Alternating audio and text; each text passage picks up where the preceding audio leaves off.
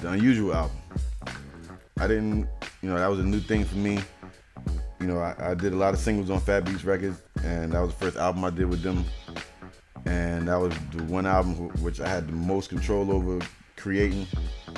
And I was able to work with people who, like I said, I listen to, I respect. Socrates, producer, artist. Illmind, first big record for me and him. Like that record, Crowd Pleaser, is like my first big single by myself where people came to me and was like, that's what you needed to do. We talking about, Fabbies, they took a chance on me. And I looked at that as like, that was a sign of respect. But when I look at the whole album as a whole, DJ Revolution, J. Rawls, Jake One and Illmind were the two newest producers that was on that record that today, when you say their names, it's like, oh, Jake, my bad. It's all live. Check. When you say Illmind and when you say Jake One today, you think of White Van Music CD and you think of Boot Camp with Illmind, and I know for his resume, when he's telling people what he's done, my song is pretty much him and me and Acrobatic is like the first dude to mess with him, besides my man Symbolic One. And I did a song with Chip Fu for their album. So that was another big moment for me, working with a dude from Fu Snickens. And he's a dope ass MC. Crazy. I can't even do what he do with his mouth at all.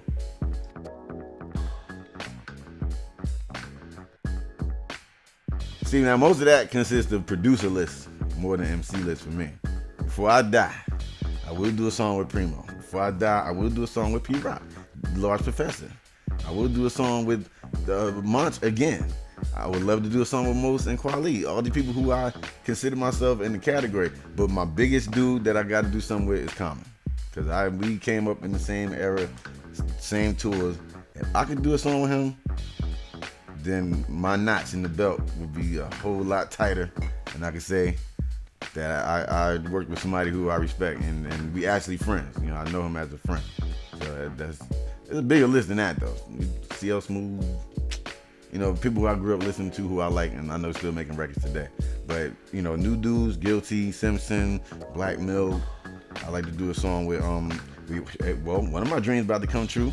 Rocker from Dilated. We got a joint on the new Global Takeover joint. So, I think as long as you stay in the game long enough, you get to do that.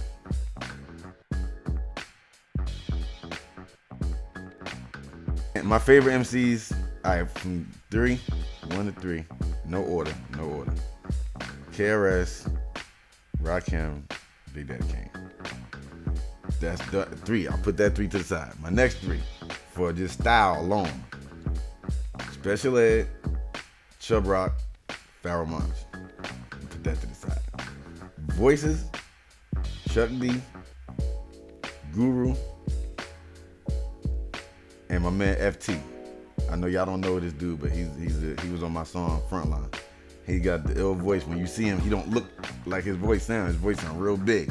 He's a little cat, and he's deadly on the mic.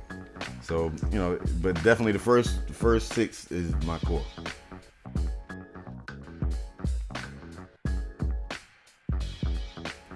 Norway was big, definitely. Norway was crazy because it was something that I didn't expect. I did a song with Tommy T from Norway, and me and Mike Zoot, International Connects, we did a show in like '99. It was like the Hits Awards. It was like an MTV Awards show for Norway. Some dude was there, looked like Gar Brooks, had a cowboy hat on. So I'm like, okay, they have country Norway music. All right. Coolio was there, and he saw us on the stage. It was 1.7 million people watching this on TV, and 8,900 people in this hockey arena. So I never did a crowd that big before. But when you talking about 1.7 people, the lady didn't tell us that until we was about to go on stage. Mike Zoot froze up a little bit, but we was good. They had smoke in the tunnel. It was nuts. I would say that being in Japan is definitely a experience I'll never forget. But I think everywhere I've been pretty much gave me something that I didn't have in America. When you're talking about big shows, it's a big difference when you're talking about Europe and you're talking about America. I won't even say as far as music appreciation, but it's just that these people, when they meet you, it's more so genuine because it's like they didn't have video music box like we have, where you can see these people every day. You can see them walking down the street in New York, you know. So it's like when you hear and they get you, it's like, yo, I'm gonna get everything off my chest that I want to say to you, as a fan. And you know, these places, Amsterdam, Melkweg, I could go to Copenhagen, Denmark. All these places gave me something that I could take home, where it was nothing like what I could get back home.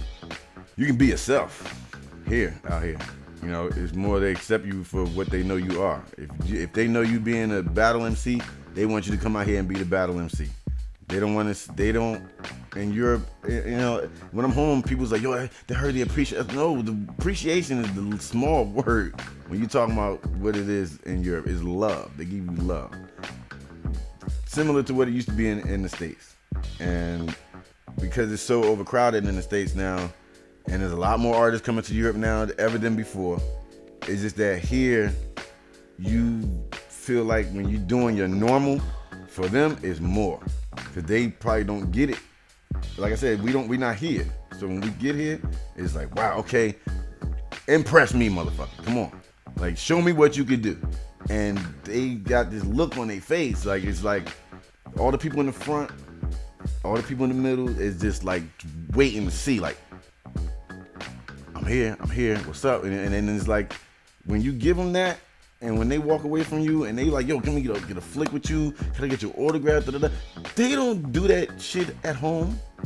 But you got to go to a certain function that's like that. But if you at a spot and you in the club, ain't nobody gonna walk up to you unless you blinging. So when you here, there's none of that. So I love that. You can be yourself, wild out, jump, act crazy, because that's what they want to see you do. Especially if it's their first time they saw you. So having before here is more. I'm still feeling like I'm setting some roots, and you know, I've been here the most in the last year than everywhere else. And not just saying it because I'm here, but I received the most love here, like where it's like bouncing around in one country, you meet a lot of people, and I've met a lot of people here that have shown me that I shouldn't stop.